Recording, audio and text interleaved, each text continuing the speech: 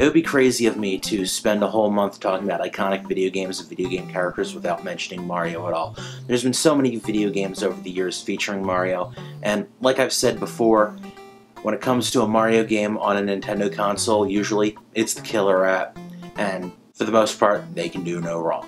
And of course, when it comes to Mario games on the NES, the first one that comes to mind for many of us is Super Mario Bros. 3. It wouldn't surprise me if someone was to say that Mario 3 is to the NES what Hey Jude was to the Beatles, or Stairway to Heaven was to Led Zeppelin.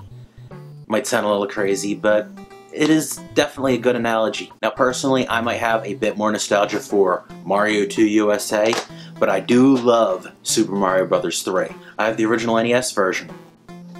I have the Japanese Famicom version. Have it on Game Boy Advance. Have it on Virtual Console, of course, and I even have a Japanese copy of Super Mario All-Stars, or as they called it over there, Super Mario Collection. You can kind of say that I'm obsessed. Heck, if somebody made a homebrew of it on the Genesis, I'd probably own that too. With all the promotion that Nintendo put behind the game back in the day, it's no wonder why people are obsessed. On top of a fairly memorable TV commercial, Nintendo put a feature-length commercial in the theaters in the form of the movie The Wizard. The most memorable parts of that movie are the debut of the game and the character Lucas and his power glove. Simply put, it is so bad. To further promote the game, paired with Captain N on Saturday mornings, was The Adventure of Super Mario Bros. 3, a cartoon that flat out bared the name of the game. Basically, what Nintendo did here was take the foundation that was the first game and build upon it. Better graphics and sound, more levels, more power-ups, more secrets, more fun to be had by all. The graphics are some of the best on the console thanks to the MMC3 chip, which was also used on Mario 2, many of the Mega Man games, and Kirby's Adventure. Each level of the game is laid out like a different world to its own. Each one has its own personality and flair that fits together like pieces of a puzzle to make some of the best level design in a 2D platform game. Stages are all fairly short, there are no midpoints in any of them, and the level maps are not linear, so often you can skip through stages and levels. And there are also some items you can pick up later in the game to get you through quicker, and that's on top of the warp whistles, which I'll get into later. Musically, the game is a real treat. The jazzy themes are all instantly identifiable as being from Super Mario 3. I don't think it's something that I'd really want to listen to outside the game, but that's generally not my thing. But when I'm playing Super Mario 3, I can't imagine anything other than what Koji Kondo wrote for this game. Overall, I think a lot about this game has aged remarkably well. A few years ago, there was some speculation going around that Mario 3 was a stage play and didn't really happen in the continuity of the Mushroom Kingdom. The way I see it, it's already a work of fiction, it's a video game. None of the designers or developers ever said anything outright about this, so it's open to interpretation. This time around, the story goes something like this. Bowser, the king of the Koopas, lets his Koopalings loose, turning the chieftains of the lands of the Mushroom Kingdom into animals, setting Mario into motion to save the day. But after the 7th king was restored, a note arrived stating that Bowser has kidnapped the princess once again.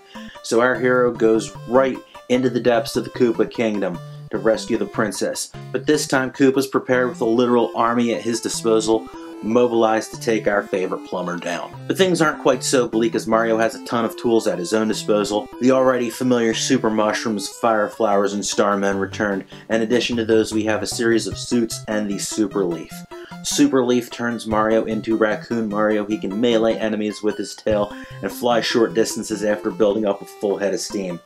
He can also slow his descent by repeated taps of the jump button. This comes in very handy in stages which involve heavy platforming. There are also a handful of other tools that Mario can pick up, including music boxes and clouds to help him along. One of my favorite features of Mario 3 is the ability to bank power-ups picked up in Mushroom Huts and bonus games, mostly because no one really wants to play as regular Mario. One thing you may notice is how frequently you will pick up a Starman from fighting a Hammer Brothers or their Fireball or Boomerang throwing counterparts. At first you might think starting off a stage with invincibility for maybe 30 seconds is kinda useless, but really it's the quickest way to jump in and dispatch these roaming enemies on the level map. Personally, I think it's a lot more useful than wasting them on a stage. This being a review, I guess the most standout nitpick I could possibly make is a pretty common one, and that would be the lack of a save feature.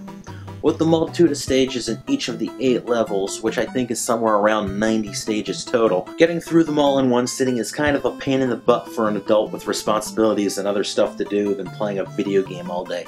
Not that I regret doing just that for the purpose of this review. I read somewhere that the developers included the warp whistles as a way to make up for the lack of a game saver password. No idea whether or not that's true, but I guess you can run through the first level or two, building up extra lives, which is very easy to do in those first couple levels, and then bank as many power-ups as you can, then just warp to the later stages to get through the game. Personally, I think there is an air of satisfaction you lose out on when you skip over stuff. I don't think of myself as a completionist, but there is a sense of discovery you lose out on by warping past all this stuff.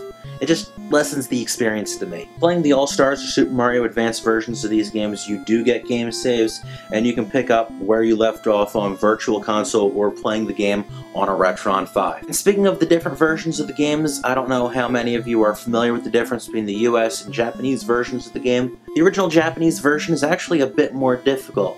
With any time you get hit as a powered-up version of Mario, you go back to regular small Mario just like you do in Super Mario 1. There were also some other level and design tweaks here and there, but many of the changes seem to just make the American version slightly easier than its Famicom counterpart. However, in Super Mario All-Stars or Super Mario Collection, many of the tweaks made to the NES version of Mario 3 are present.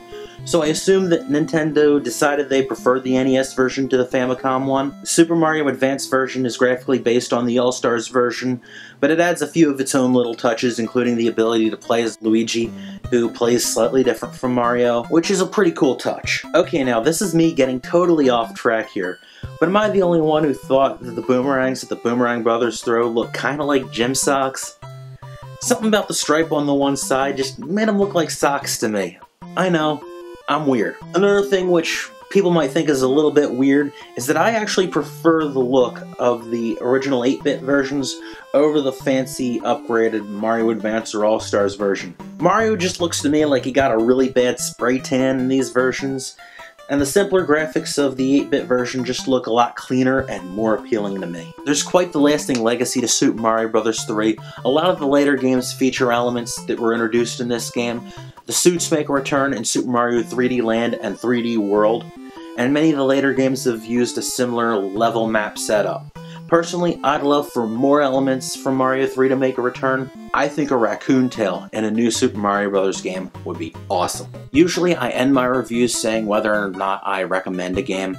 Well, I feel like I spent most of this video explaining why I like the game, so I'm not going to repeat myself. I think it kind of goes without saying that I like the game and do recommend it. What do you like or dislike about this game? Are there any elements from Super Mario Bros. 3 which you'd like to see make a return in some of the newer Mario games that hasn't yet? Do you have any really fond memories of playing Super Mario Bros. 3? Love to hear them. Share a comment down below. Thank you for watching, and I'll see you next time. Take care. If you like what you see, feel free to check me out on social media. Otherwise, you can subscribe to this channel. I do new videos every Friday, sometimes on Wednesdays too. Once again, thank you for watching. Take care.